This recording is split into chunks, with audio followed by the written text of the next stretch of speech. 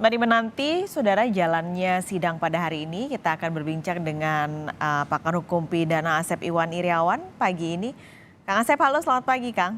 Selamat pagi, Pak Skalis. Oke, ini kembali dihadirkan 3 ahli untuk dengarkan keterangannya, 2 pidana, 1 psikolog forensik. Ini ahli pidananya sampai 2, kira-kira sekrusial apa sih, Kang Asep?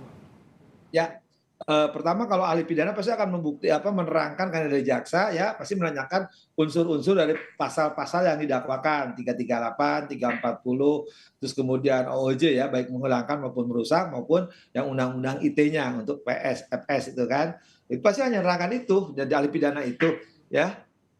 Kemudian juga tapi titik beratnya nanti di unsur perencanaan ya, yang menjadi masalah unsur perencanaan ya kan.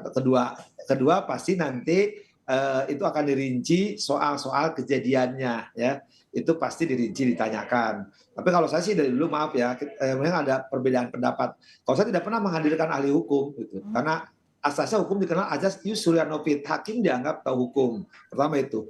Kedua ya, yang dibuktikan itu fakta peristiwa, jadi cukup dengan saksi. Kalau ahli itu bukan ahli hukum, tapi kembali saya hormati lah kalau ada hormatan mengalihkan hukum. Kalau sudah zaman saya hakim selalu saya usir keluar, saudara-saudara. Karena sangat penting bagi saya ahli hukum. Kita sarjana hukum kok belajar hukum gitu. Jadi ini bukan acara perkuliahan, tapi acara membahas. Tapi ya kita hormati perbedaan itu. Makanya kalau saya ngomong gini biasanya teman-teman saya dosen di Fakultas Hukum marah sama saya. Karena itu kan penghasilan tambahan. Tapi ini nantinya akan apa yang berarti digali kira-kira oleh majelis hakim, lalu oleh jaksa penuntut umum dan juga mungkin penasehat hukum bisa menggali sesuatu.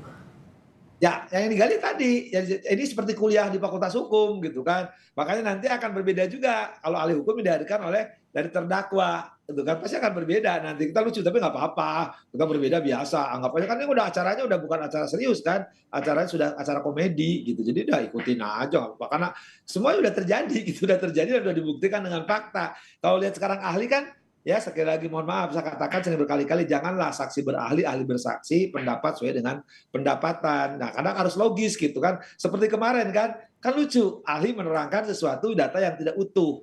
Saya bukan ahli di bidang itu, tapi Hmm. kan publik mengetahui kalau berdasarkan pengalaman saya kalau rekaman itu harus asli ya, dari A sampai Z. Jadi 100% harus asli. Kalau di copy dari bentuk hard disk misalkan. Nah, itu harus jelas ada berita acara. Kalau kiriman-kiriman apalagi telah terjadi diambil momentum. Apalagi kalau soal materinya seperti contoh yang tadi dibahas apa rekaman. Ngapain muka sarung tangan nggak sarung tangan? Yang penting mah dia nembak ya. Kalau lebih lucu lagi ketika nembak kok nggak ada jejak digitalnya apa udah dibersihkan? Nggak ada, itu nggak menurut saya nggak penting. Kalau pilihan dominan atau resesif itu faktor resesif yang bukan yang utama. Yang penting kan didakwa pembunuhan, siapa aktornya, siapa yang menembak. Nah itu aja mainnya ya.